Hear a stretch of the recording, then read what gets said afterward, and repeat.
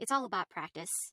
And so classes can definitely help with that when it's like, maybe learning technique from whatever the instructor is giving out, or, whatever notes they're giving to other actors in your class. I find that the most helpful whenever I feel like, oh, I don't know if like what I'm doing is effective because maybe I'm not booking a lot. What am I doing wrong? And it's always nice to be in a class where the teacher can be like, oh, you can improve in this, or maybe you should watch these movies and shows so that you can learn the style, or maybe you can study these kind of characters because you could potentially play those types.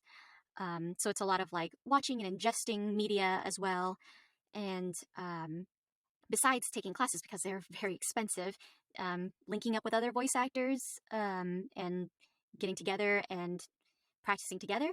There's, if you can't find scripts online, then you can definitely just pull from your favorite shows, just like type the scenes out and then get together and read them together, practice these characters.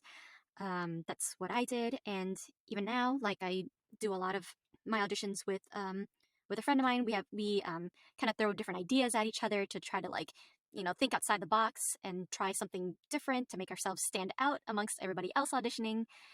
Um, so it really comes down to like having a lot of practice, in my opinion, to like improve. There's also, you could take singing lessons. That's better for like breath work and for just like learning something, some better skills and how to like take care of your voice as well. That I feel like that's something that doesn't always get talked about a lot is vocal care, warming up and warming down afterwards, stretches. They're all very important. The thing that I wanted to ask is one, when you're taking these classes, do you see a lot of your contemporaries also taking the same classes as you, as in like the contemporaries that are in the anime dub industry, or do you also see and experience other voice actors that are, let's say, not doing necessarily anime as well?